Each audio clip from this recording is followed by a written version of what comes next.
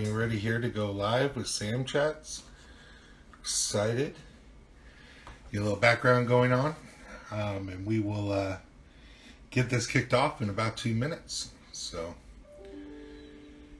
exciting times. I see Caltrain, Go Caltrain joined. Excellent. Hello, hello.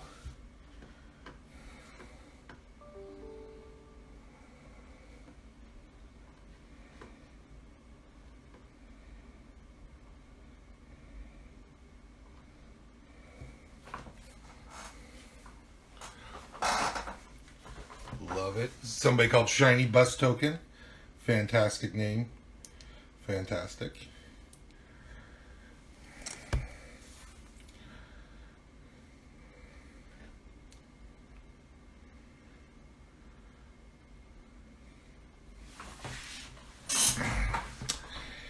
Today and shortly here, we're going to get joined by Alex, and of course I know everybody is really here for Waffles, so we're excited to have Waffles with us today.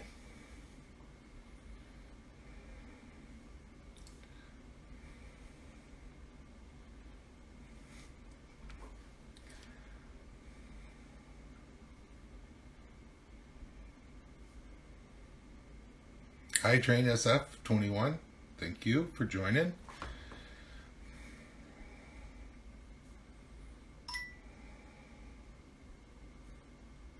Awesome, Shiny Bus Token. Totally appreciate that. OG SamTrans Rider. Appreciate you coming on.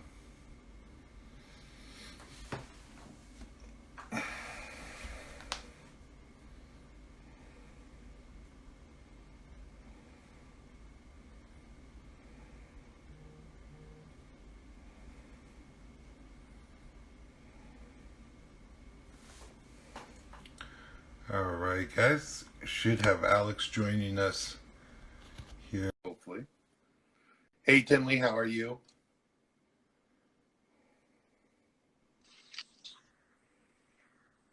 Hello. Hey, what's up, Alex? Welcome. Thank you. Thank you. See if we cut off the stream here. Now I'm way up there, and you are not in part of it. That's not fun. I'm not sure how to do this.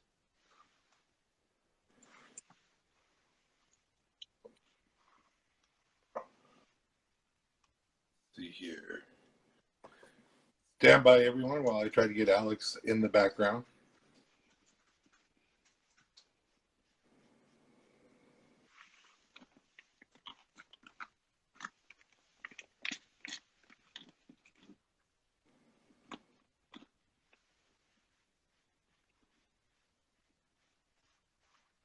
Alex, on your end, are you able to position yourself down in the lower left part of the screen?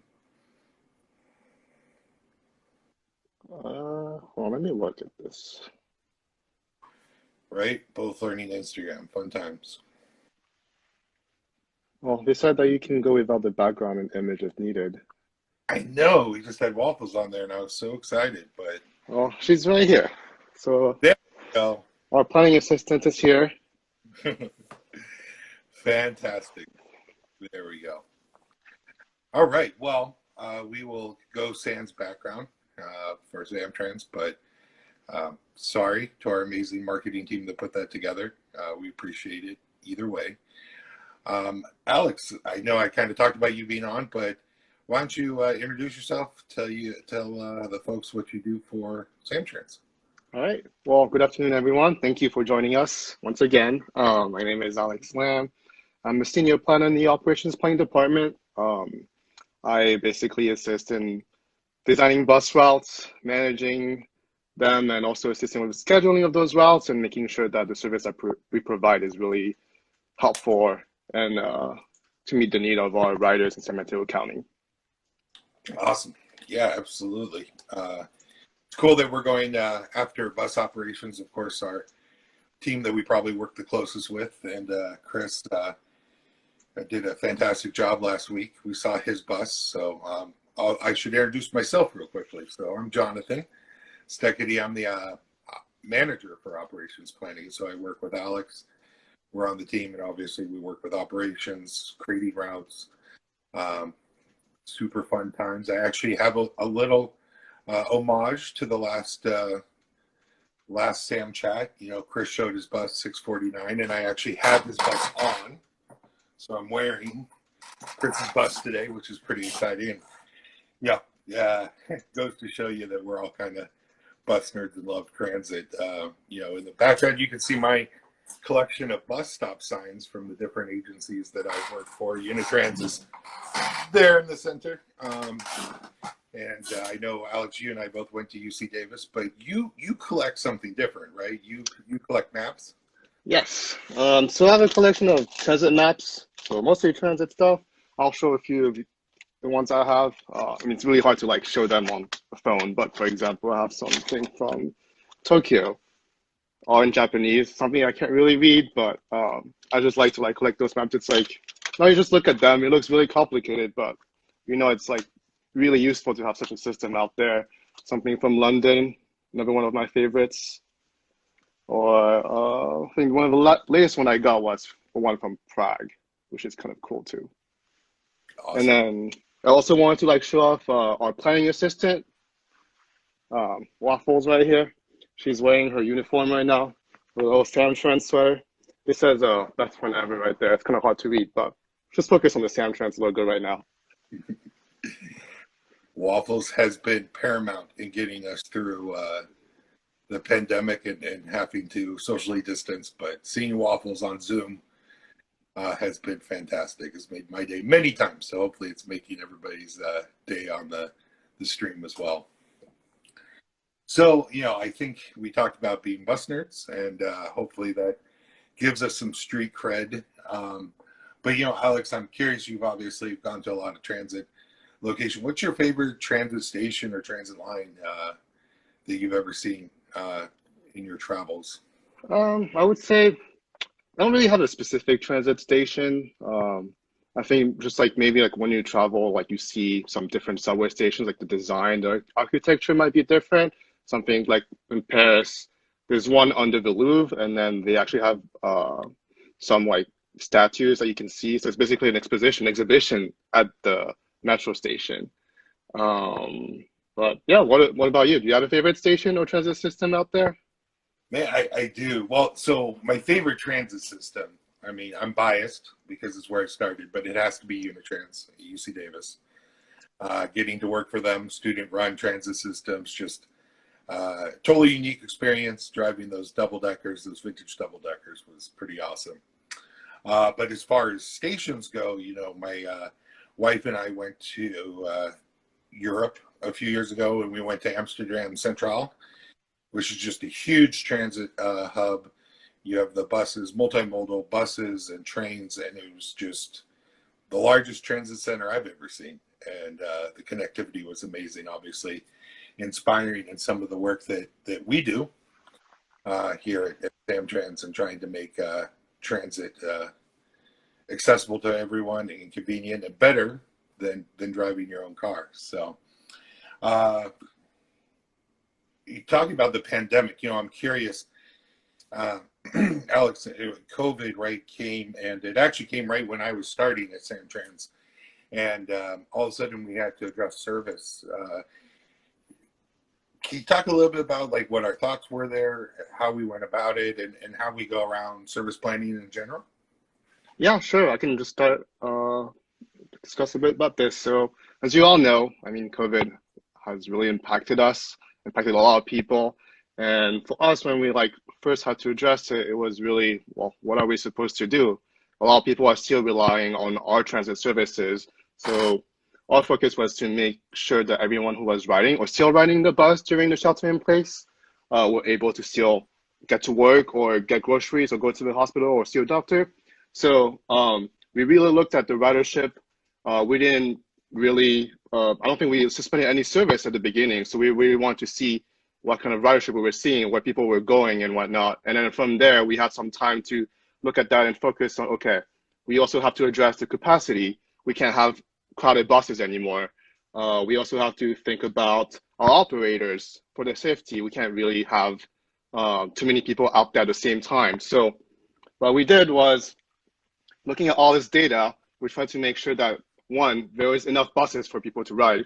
Two, there was enough capacity, so hopefully no one will be left behind.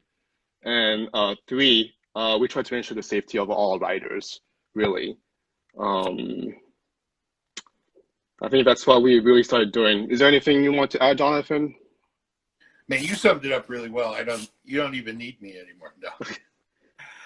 Yeah, just a ton of data. I think I'm really proud and coming on board with SamTrans at the same time, the amount of detail and care that everyone took into planning the service reduction, right? We didn't just go, okay, well, we'll do Sunday service because fewer people are riding. No, it was really focused on the data, trying to make sure that we get folks where they need to go. And so, I'm happy that ridership slowly continues to come back. We're at about 82% of pre-COVID levels, so that's fantastic. And one thing would be really cool. Do you happen to have Remix up on your computer? Yes, I can show. What kind of 1 second. data that we use? Yeah, let me give 1 second. Let me see. Awesome. Can everyone? Oh, let me do it like this. Can everyone see this? So yeah, it looks great, man. This is Remix, one of the many softwares that we use to get our data and do an analysis. So I'm going to show you a little bit what we can do with this. I'm not trying to sell it to you, but it's just an example of what we do here. So basically, we can have this, analyze all our current bus routes. We can look at ridership. If, let's say, we wanted to make a change, we have different layers of data that we can add to this. So for example, one of them is population density. We don't want to go somewhere where there's no one really that's going to ride the bus or get in and get off. So we look at that. Another thing that we also look into is population forecast. Sorry, I can't really do the big screen, but I'll move my phone around. But we can look at the population density. You can see, for example, in South San Francisco, there's a lot of new buildings that's going to get built there. So we know at some point, a lot of people might ride the bus. Another thing that we look at is commuters. So where do commuters come from? So we can see a lot of density of people that live around here that might commute to work.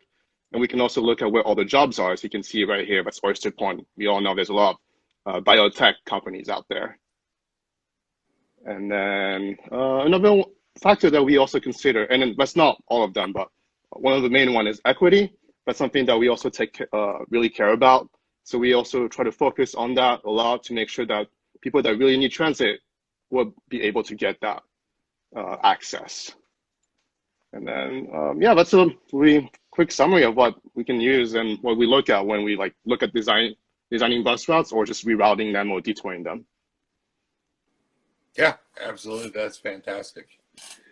A lot goes into it. I know that we can't always please everyone when we make changes, but the goal is always trying to make the biggest benefit for as many people as possible. So one question that came in, I saw, is what changes, right, that have happened during COVID to transit and our planning do we think will remain after the pandemic's over, right? So Alex, you have any thoughts on that, and then I'll weigh in, or you want me to go first? Well, I could just say that we're not planning on reducing any more service. Right now, we're just trying mainly to restore everything that we used to have. And if we made any improvements during COVID, we'll keep those improvements in our service. Yeah, absolutely. I mean, I think of it, part of what we're trying to do is just understand how this is going to long-term affect us all, right? People working from home, commute patterns changing. So, we always have those different priorities too when we're planning transit, from essential trips to the market, trips to medical centers. And then also, we have the goal of reducing traffic and having more people share in public transportation. So that's our commute routes, our express routes. And that's something that we're studying, right now and trying to understand. I think every transit agency is what is going to be the outcome at the end of the pandemic, and it can't come soon enough, but hopefully we'll have some good lessons learned, and be able to adjust to any working from home. But I think it's a unique opportunity. It's exciting to see these different things. Traffic has been much better for us. I know our operators have appreciated that. It's a silver lining to people working from home and the situation we're in. But any other questions folks have? I see we just got another one. I did. I see that too, as my computer went blank with marketing writing to me. So, Alex, can you read that one or tell us what it is? So it seems a few patients have been nervous to come to their appointments because of COVID concerns on public transportation. How can we help assure families? I can start a bit if you want. I think, like we mentioned at first, initially we do. It's like Waffle is taking a break right now. So I think we mentioned at first, we are to ensure safety for everyone, including our operators and our riders. We try to limit capacity on our buses. We don't want to have way too many people. We don't want to increase the risk of infection, really. So we make sure that there's enough space for everyone. I believe we also have hand sanitizer on our buses. We also requiring everyone to wear a mask. I think I'm forgetting something else. I think we also installed some protective barriers for our operators to protect them as well. So there's quite a few different things that we've done in the last few months to improve the safety for both the riders and the operators. Is there anything you want to add, Jonathan? Yeah, actually, I just saw who the question came from. So it's a person I know, Dr. Sanchez. One of the big things, so first of all, on the buses, the amount of care that's been taken into making sure that they're safe to ride has been amazing. Our maintenance department, our bus operations department, making sure things are safe. And the maintenance will be on next week on SamChat, so you can definitely have some more information from them. But a couple things to point out. One, they actually made their own barriers to make sure that the public was safe and our operators were safe. That was fabricated in-house, which was fantastic. But the buses are cleaned every night. We have one of the things that we looked into in planning is to make sure that the operator has a fresh bus for each of their shifts. So, for example, if you're on the ECR in the morning and then a new driver takes over in the afternoon, they're going to have a fresh bus that's just been cleaned and sanitized at the base. So social distancing, masks, hand sanitizer, I think that all those are really important. The other thing, we upgraded the filters on the buses, and I know maintenance is still trying to get that even better, but the filters on the buses are upgraded so that they can provide cleaner air. You'll notice even on cold days, the bus windows are open. That's to provide lots of fresh air on board. But, the care and making sure that we're up to date on all the latest recommendations from the CDC has been really big for the team. And so I think it's one of the safest ways to travel. We also have videos on our cleaning process on our YouTube channel. So if you want to look at that, please go visit our YouTube page. It's really cool. The fogger is amazing. Other questions? Wondering about something? I see. Does Waffle get to ride the bus? Unfortunately, no, she could not. She wishes, but she helps in making the system better. Yeah, she does. Absolutely. We also see that the bus drivers are essential workers, right? I will be able to get access to vaccines right now. Yeah, so we are working on that. That's one of the things. I'm sure people have seen kind of the priorities and process for getting vaccines out. Obviously, this has never been something that's done before. There's no manual for folks to go to, or our favorite standard operating procedures, right? But the team continues to advocate and work towards getting our operators the vaccine as soon as possible. So hopefully that will be very soon. Can't say enough awesome things about our operators. Just working every day. I think about them each and every day out there. They just have done a fantastic job, and are truly essential workers that are making a big difference. So shout out to those operators, and hopefully we can continue to take great care of you guys.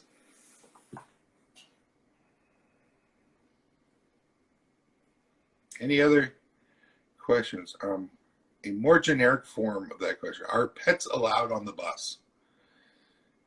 Alex, is Waffles the expert? Does Waffles have all the information on that? It seems Waffle is still on the break, so I'll try to answer for her. Okay. I don't believe we are allowing just pets generally on the buses, only if it's a service dog or service animal. So yeah. if your pet is a service animal, then you get the exception. And I want to double check too, but I believe we support animals too, so service animals and support.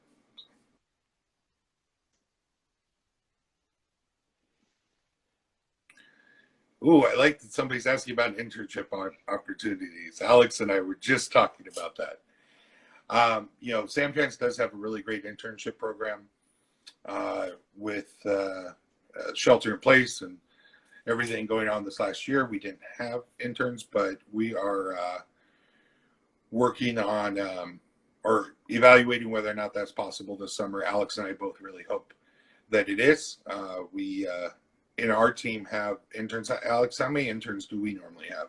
And what do they normally do for us? What's the value? Give the pitch of being a operations planning intern. For our department, I think we usually technically have two or one intern. We introduce them to what transit is all about, really trying to make them go around, see different departments, go to operations and maintenance. And I think our HR departments also have scheduled visits to see different infrastructure. So for example, I think they get to visit our Caltrain maintenance center. I forgot how it's called. But yeah, so there's a lot of opportunities to learn more about transit, but for us specifically, we try to introduce them to just planning in general. What do we do? So service planning, bus route designs, what do we look into? Riderships, amenities, ADA access and whatnot. Also, introduce them to scheduling a little bit, try to kind of get them familiarized with our software. And then we try to also assign them with one project for the summer to work on. It could be anything from, we want to improve coordination with a school or something to improve service on a particular route. Yeah, absolutely. Yeah. And there's more information on it too. I'm being told when I look over here, it's actually our marketing team and really smart people telling me stuff. But they're posted usually at samtrans.com under job. So those will be coming soon. Great program too to get people on board permanently, right? And join our team as a career. Were you an intern, Alex, or were you an intern for Caltrain? You were an intern for... I was not an intern for SamTrans or Caltrain here. I interned somewhere else back in Sacramento, but we do have one person in our staff that used to be an intern, and I know some of the people that used to be interns here that are now full-time employees at SamTrans. That's right. Yeah, absolutely. And fantastic employee, right? She's I think it was a great way to get used to transit. A lot of us didn't wake up going, hey, I'm going to be a transit planner when we were I've yet to find somebody who had that when people asked what they wanted to be when they grow up. But transit finds us, and it's a super rewarding career. So thanks for asking.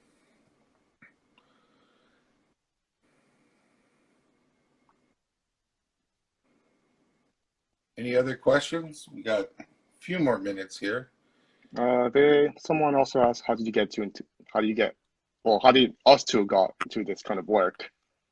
How did? internships. Oh, I love it. Alex, you want to go first? Uh, sure. I mean, like I tell a lot of people, I used to play a lot of SimCity, and then now there's a game called City Skyline.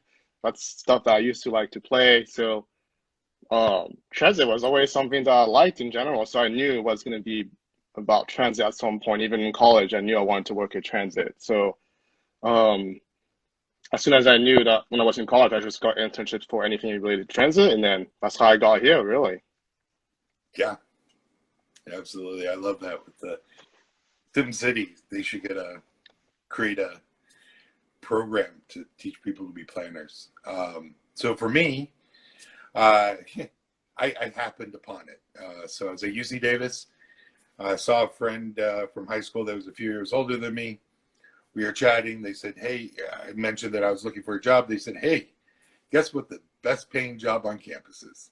It's to be a bus operator." And so I applied and ended up working for Unitrans, was an operator, um, then was a supervisor, dispatcher, and got recruited outside of college. It was almost like my second major was transportation, although unofficially, and started managing transit. I've gone a lot of different places managing it, and came to my favorite agency, SamTrans, back home in the Bay Area. So yeah, it's been really fun. Like Chris, like a lot of folks, started driving, fell in love with it, and then found what interested us in the field. Transit has so many different opportunities. There's something that's going to interest you. Whether actually I met my wife too at Unitrans, and she was an operator, and then actually took a different path and went into accounting, but that did a lot of transit accounting. So there's a lot of different opportunities in transit for sure. Um, yeah. How many routes are created a year? That's a good question. Not many are created each year.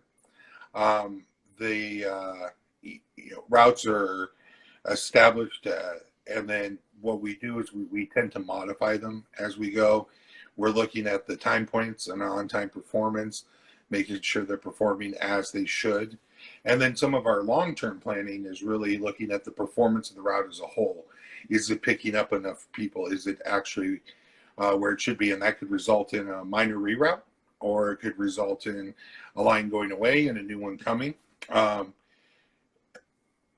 But the big changes, when we're talking about the big changes, obviously there needs to be a lot of public input.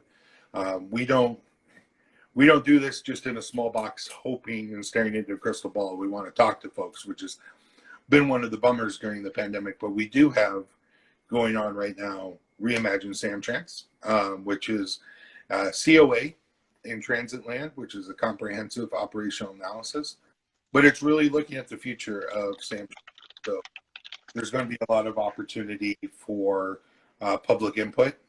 We're going to share some scenarios and see what folks think about it. So we're working on how to best do that outreach. Some of it will probably be virtual until we can all meet again. But those are when the big routes changes happen. We really look at the entire system as a whole. So it's happening right now, and it's exciting. So be on the lookout for Reimagine SamTrans. You can visit our website. I think it's reimaginesamtrans.com. So if you have any comments or any feedback that you also, already have something in mind you want to let us know, you can submit a comment for us. But like Jonathan said, we're gonna do a lot more outreach in the upcoming months. So. Yeah, absolutely. So I know that we're almost at the end of our half hour. It's gone by so quickly. I am being told, one, that we could do a giveaway. So we get to ask a question related to something earlier. And if somebody answers that in the comment on the archive video. So when we're done, the video will be part of the profile. And you can comment on it. But it's a question from before. Alex, do you have a question you want to ask people so they're eligible for a giveaway? I've seen some of the giveaways that marketing has done in the past, and they're pretty fantastic. So you got a question that Yeah, how about what was Jonathan's first job in transit? What was Jonathan's first job in transit? Okay, I like it. I like it. I hope you paid All right. attention. Yeah, right. So if folks, if you know the answer, wait till the video's posted in the archive and then give a comment, and marketing will send you something fantastic. A couple other things before we leave. Just a reminder, we're going to do another SamChat. It won't be with Alex and I, but instead with our really cool maintenance team and Dan Lieberman. So Dan Lieberman and David Harbour are going to talk about best maintenance next Friday. So make sure you tune into that. And I see a lot of people saying, go UC Davis, go Aggies. Appreciate you guys tuning in. Best school, right? So again, any last minute questions? Waffles, want to say goodbye to people? You know, Oh, Waffles, your break is over. Come on. There we go. Our SamTrans planning assistant right here. That's right. Just woke up from a nap. So this is how we get folks to talk to us. Waffles does call. All right. Well, thank you all. I hope that it's been enjoyable. We definitely appreciate it. Thanks for taking some of your time on Friday. Everybody have a good weekend. Be safe, and hopefully we'll be out on the buses with you guys sooner than we know it. All right, everyone. Take it easy. thank you.